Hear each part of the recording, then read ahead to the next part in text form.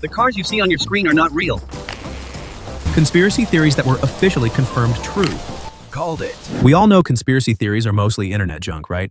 Like every time someone says they don't want you to know, it's usually just a guy selling supplements in a PDF called The Truth. But what if I told you a bunch of the crazy ones weren't crazy at all?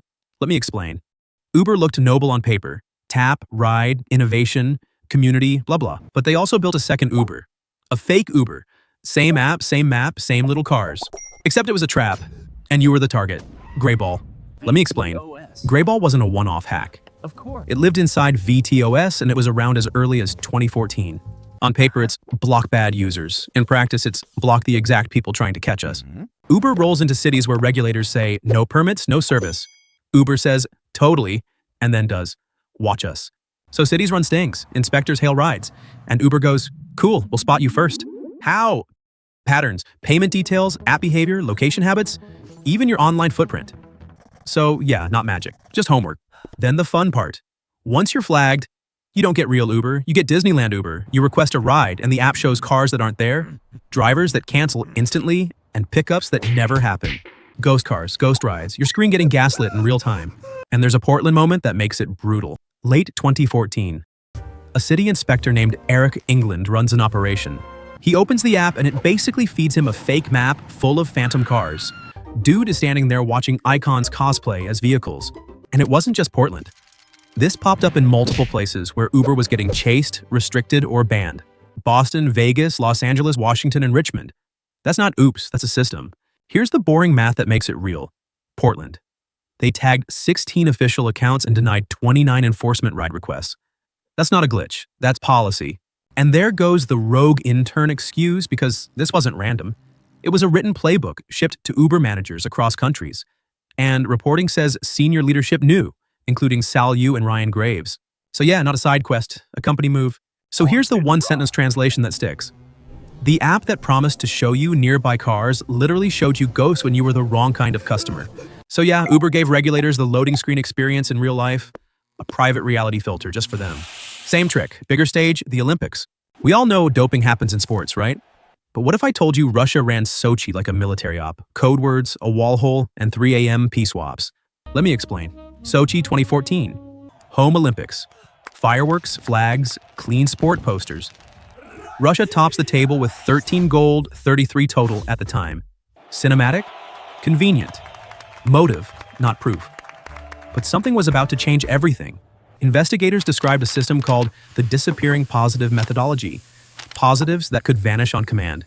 And it ramps up after Russia's ugly Vancouver 2010 medal haul, only 3 gold and 15 total at the time. That flop mattered. And the guy in the middle was Dr. Grigory Rodchenkov, Moscow lab boss turned whistleblower.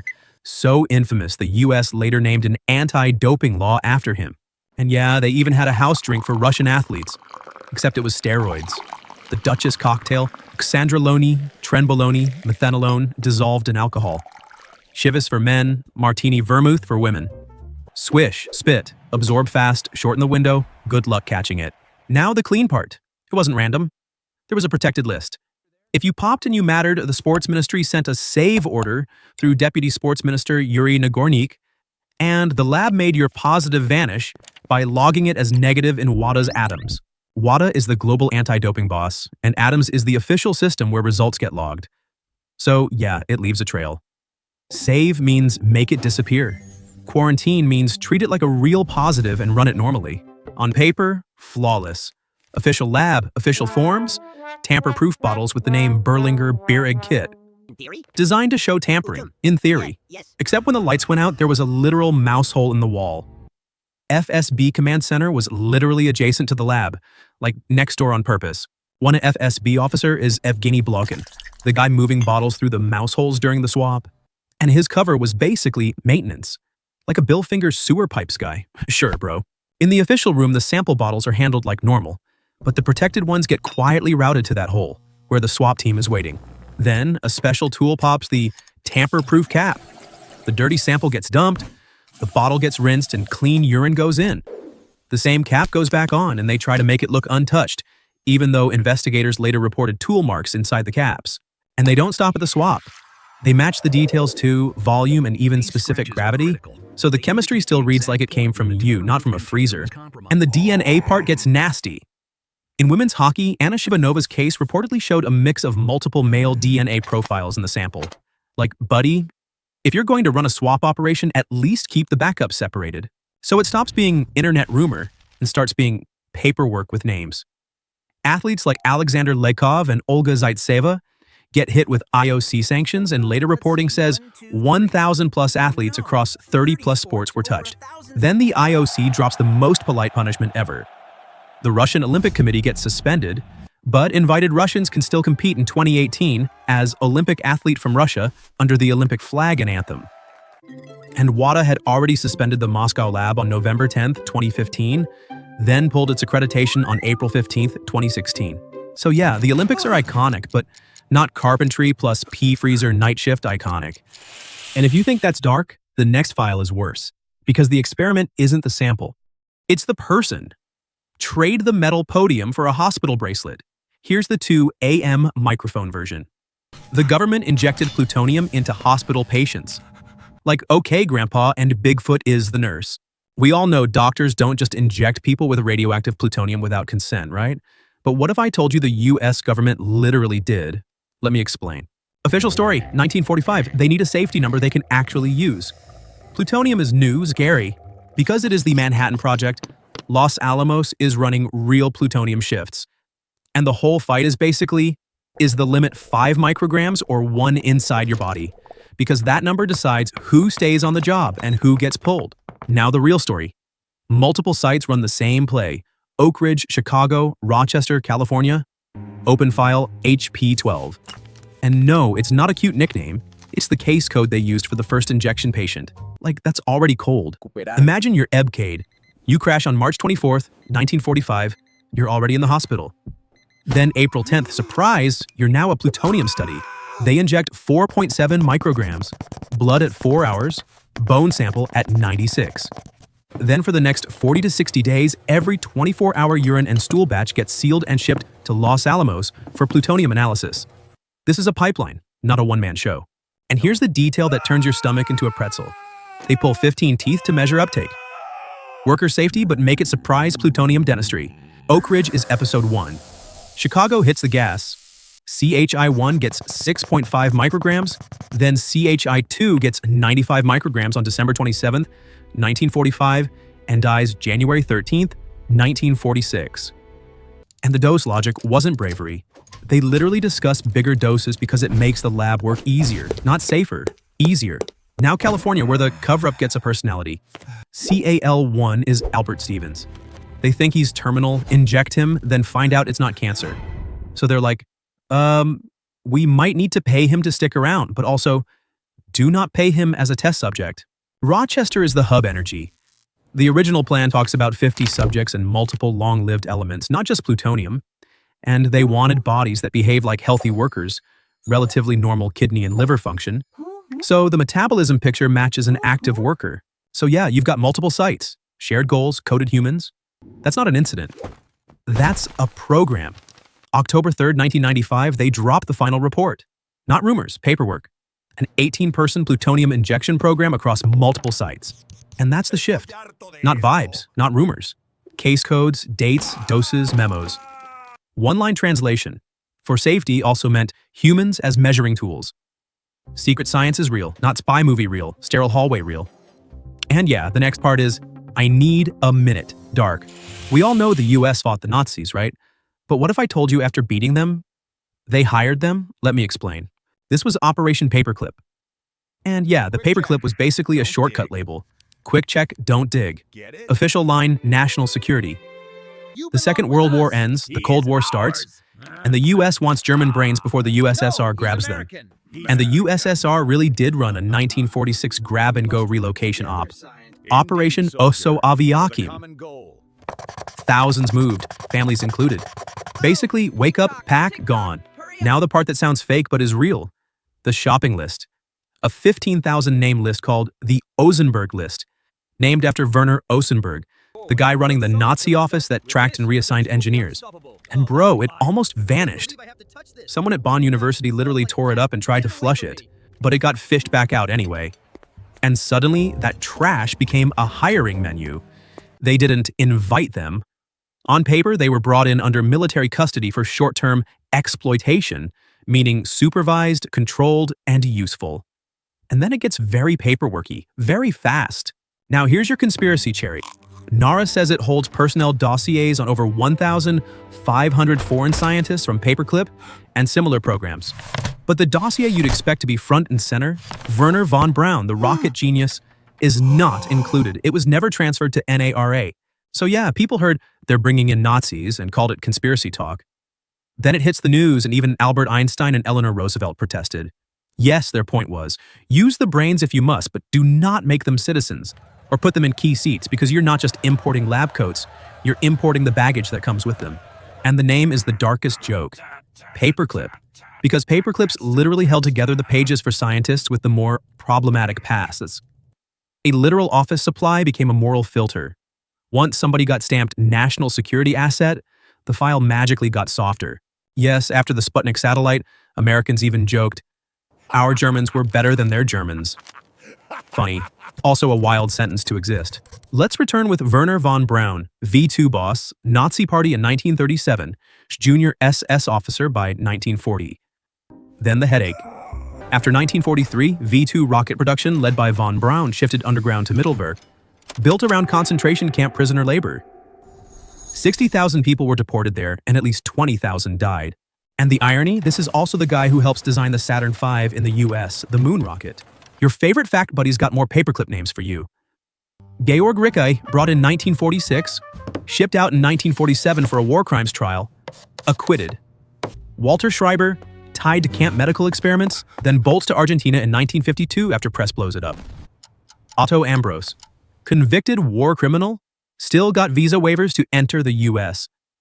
Arthur Rudolph, Saturn V lead, left the US in 1984 and gave up US citizenship after DOJOSI linked him to persecution of slave labor at an underground V2 factory. So here's the one-sentence translation. America didn't just import German science, it imported it with moral fine print, and somebody edited the file. And it matters today because one label can turn problem into asset with a stamp. So yeah, the US beat the Nazis, then did onboarding, denazification, but make it HR paperwork. And if that made you itchy, good. Next file is darker. We all know governments spy on people, right? But what if I told you East Germany made it feel like anyone could be the informant?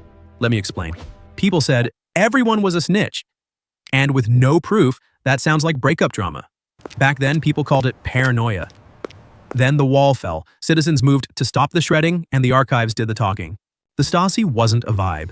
It was a real ministry, the MFS, founded February 8, 1950, and it even branded itself the shield and sword of the party. December 4th, 1989, citizens start occupying offices to secure records. January 15th, 1990, thousands push into the Berlin HQ to stop more destruction. So yeah, this started as conspiracy talk. It ended as paperwork. Now the receipts go full cartoon. The archives are not a few folders. It's about 112.5 kilometers of files, 46.7 million cards, and about 47 kilometers of microfilms, 2 million of photos, like they were speedrunning paranoia. And yes, they tried to erase it. About 15,400 sacks of torn paper. And the funniest part? The Stasi records people have already rebuilt over 1.7 million pages from roughly 600 sacks so far. So yeah, the shredder tried, and the archivist said, skill issue, now the people. By late 1989, the MFS Stasi was not some tiny office. It had about 91,015 full-time employees, and that was just the official payroll. 189,000 unofficial collaborators. Informants who were not formal staff but still fed the system information, roughly 1 per 89 citizens. Not literally everyone. Worse, it could feel like anyone. They didn't need a camera on every corner. They needed one person in every circle. And once reporting becomes routine, it starts feeling responsible. And the Stasi did not just watch, they ran systems. Mail, a whole postal control unit, opening and closing letters so clean you wouldn't notice. Phones, Division 26 handled phone surveillance, including tech for lines inside the Deutsche Post infrastructure. And covert apartment searches. Break in, take what they need, and sometimes officialize it later with a legal search. Now the nastiest part, the one that turns conspiracy theory into procedure. Zersetzung. Not a rumor, it's documented, including in Directive 176. Goal, split people up, paralyze them, disorganize them, isolate them. And yeah, reputation attacks using a mix of true and believable false claims and organizing professional and social failures. Want real receipts? 2 fast ones. Gilbert Radulovich. He used to hit a monthly meetup called the Donnerstagskreis. 10 people just talking literature, art, science, politics, the whole nerd buffet. The Stasi looked at that and went, cool, a hostile negative group, and tagged Radulovich as one of the most negative in the room. Wolf Biermann. There are archived photos from a covert search of his East Berlin apartment. Not rumors, but documents. The Stasi took them while he was singing outside, or perhaps he was. And the sounds fake part wasn't only East Germany. In West Germany, Willy Brandt's aide Günther Guillaume worked in the federal chancellery and was arrested in 1974 as an East Germany MFS spy, and the affair helped trigger Brandt's resignation. Then years later, you request your own file, and it hits harder because it doesn't only say what the state thought. It can show who helped them think it, and the access numbers are insane. 7,561,665 procedures processed through December 31st, 2025. So for a lot of people, the fall of the wall didn't end the story, it just unlocked the folder. We all know countries sometimes start wars over lies, but what if I told you one country basically fired at itself and blamed the neighbor? Let me explain. November 26, 1939, about 3:45 p.m. In a note, the Soviets claim Finland shelled Mainila with 7 shots, killing 4 and wounding 9.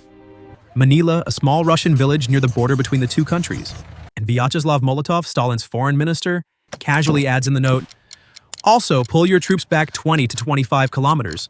Like, buddy, you got attacked, and your first move is a demand list.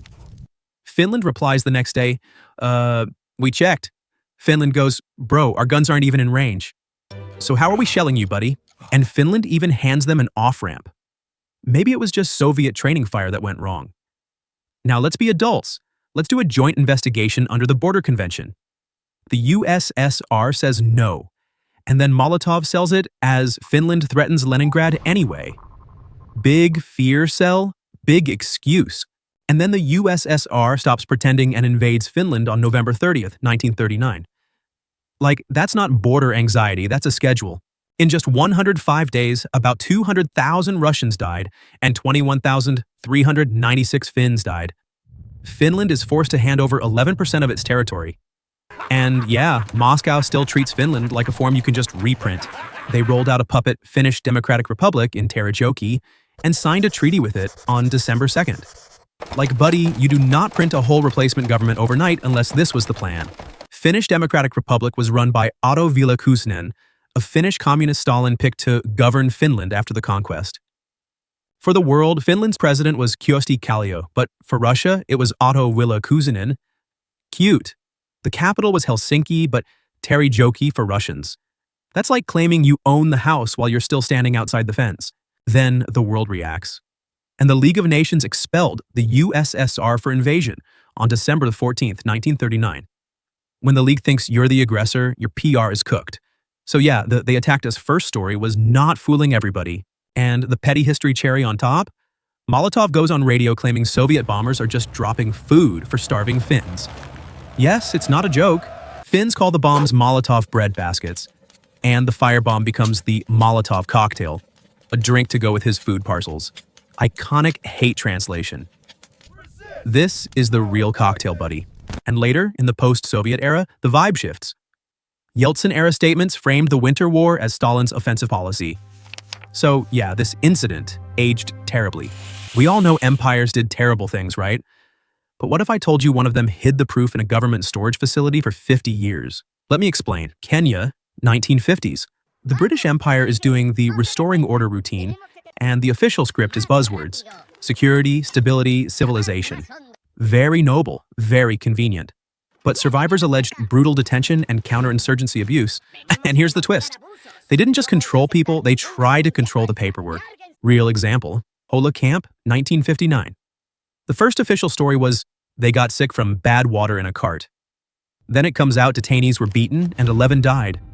So yeah, violence was the headline, but the cover story was the weapon. And this wasn't improv. There were written handover rules. Don't pass on anything that embarrasses Her Majesty's government, HMG, exposes police or the military, or burns intelligence sources. Now hit the numbers, because conspiracy theories hate math. At first, they admitted about 8,800 colonial administration files, the sensitive stuff. Politics, security, intelligence. Then the full count landed closer to 20,000 once the transfers started. Funny how it grows once someone counts properly. Kenya even asked for its files back in 1967, 1974, and the early 80s. Answer: property of HMG, nope. So this wasn't a mistake. This was policy. Survivors, researchers, and historians kept pushing. Caroline Elkins, Pulitzer winner, documented the detention system in a book called Imperial Reckoning. And the official line stayed, no records. Cute. That only works if the files are actually gone. The official review says the files sat in storage for years, then got moved to Hanslope Park in 1994 to save money. And Hanslope Park isn't some dusty warehouse. It's a government communications and spy tech site, basically the closest thing to a real-life Q workplace. So yeah, the receipts were hanging out where the gadgets live. Some stacks were literally tagged as a classified archive, so people saw the label and went, oh, that's someone else's problem. Incredible. Then an internal minute drops the options menu: keep them, hand them over, or destroy them, with the nuclear line. Property of HMG, we do not intend parting with them. At one point, it was basically, FCO can destroy these without even looping in the National Archives, TNA. Like, no CC, just delete. And it wasn't harmless admin fluff. Court records say some destroyed material included interrogation reports and files literally titled forced labor and rehabilitation. And some of these files were already showing up in court cases, like Chagos Islanders and Diego Garcia. Not dead history, active ammo.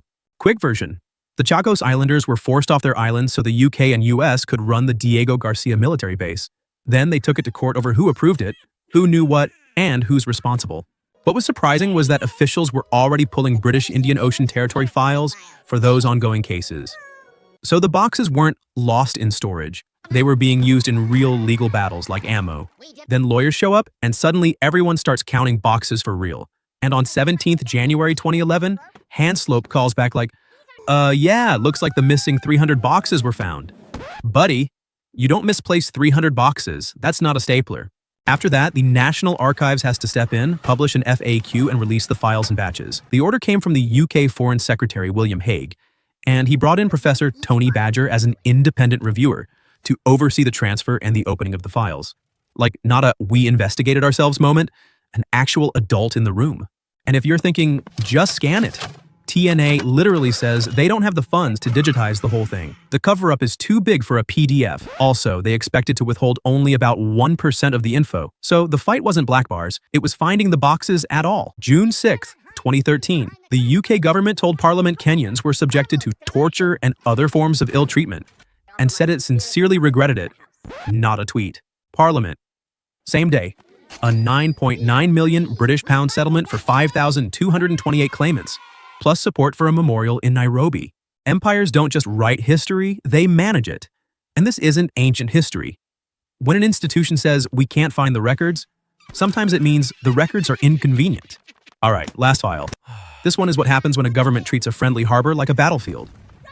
We all know governments don't bomb civilian ships in a friendly country's harbor, right? But France literally did, and the agents got decorated back home. Let me explain. 1985. France was testing nukes at Mururoa, this remote French atoll in French Polynesia, way out in the South Pacific. Basically a do-not-enter test range in the ocean. Greenpeace was about to sail out of New Zealand in the Rainbow Warrior ship and lead a flotilla toward Mururoa, basically show up on the water and turn France's nuke tests into global footage. So France sent the DGSE, France's Foreign Intelligence Service, to Auckland. Multiple teams, months of prep, even a yacht moving gear. Even a support yacht, the Ovea, moving gear in the background. It even had a name. Operation Satanique. Yeah, that was the vibe. July 10th, 1985, Auckland Harbor, Marsden Wharf. They're celebrating a crew birthday in the Rainbow Warrior, first bang hits, and the crew's first thought is, did a tugboat just clip us? Nope. French DGSE combat divers had already strapped 2 limpet mines to the hull. Limpet mines. 11:38 and 11:45 p.m. 7 minutes between 2 mines, like they scheduled it. Most people escape. One doesn't. Photographer Fernando Pereira goes back down to his cabin for his camera gear. The second blast hits, the ship floods fast and he drowns. One death, and it's because he cared about proof. And it could have been way worse. The official fact file says metal from the first blast punched into a bunch of empty cabins. So if everyone had been asleep below deck, the body count jumps. Now that this sounds fake phase, chaos, theories, everybody guessing. France denies it until 22nd September 1985, when Prime Minister Laurent Fabius goes on TV and admits French agents bombed the Rainbow Warrior and they were acting on orders. Conspiracy to confession speedrun. And New Zealand police catch the Swiss couple in the most boring way possible, which is why it's so deadly real. Auckland Outboard Boating Club guys spot someone hauling an inflatable boat to shore, with a Newman's rental camper van standing by, gear getting loaded like it's a sketchy burglary. They write down the van's Rego. Police trace that plate to the rental company and grab the honeymooners when they try to return the van at Newman's in Mount Wellington on 12th July. They're traveling on fake Swiss passports posing as Alain and Sophie Tourange. Travel brochure espionage. Real names: DGSE officers Dominique Prieur and Alain Maffard. They plead guilty to manslaughter plus willful damage, and on 22nd November 1985, they get 10 years. Now the fallout. France denies it, then the scandal eats its own bosses. In September 1985, the defense minister Charles Hernu resigns, and DGSE chief Pierre Lacoste gets sacked. Then France plays the trade pressure card and it ends in UN mediation under Secretary General Javier Pérez de Cuellar. Early July 1986, his binding ruling lands. France apologizes, pays 13 million New Zealand dollars, about $7 million, and the two agents get transferred to Hau Atoll, a remote French military base in French Polynesia that supported the Mururoa test zone under strict conditions. And later, an international arbitration tribunal makes France pay Greenpeace about $8.1 million in damages. So yeah, the cover-up came with an invoice. Then the insult to injury, both agents leave early and back home they're decorated and promoted. And the wreck? Towed north on December 2nd, 1987, then scuttled on December 12th as an artificial reef. Crime scene turned into an artificial reef you can literally dive on. So here's the translation. France bombed a civilian ship in a friendly harbor, got caught, got the agents transferred under a UN deal, and they still got out early and got rewarded like it was a performance review. And years later, it gets messier. In 2006, Antoine Royal publicly accused his own brother, DGSE agent Gerard Royal, of being one of the bombers. New Zealand police notes Gerard Royal has been named as the Zodiac pilot, but accounts still argue the exact role. So yeah, real life has plot holes. Here's the thing. The line between crazy conspiracy and verified history is usually just time. And one stubborn weirdo who keeps pulling the thread until the folder pops open. So next time someone says, nah, that's too crazy, don't argue. Save it. Because fiction has to behave. Reality does whatever it wants. So yeah, I'm your favorite fact buddy. And if this sounded insane, you probably just haven't seen the file yet.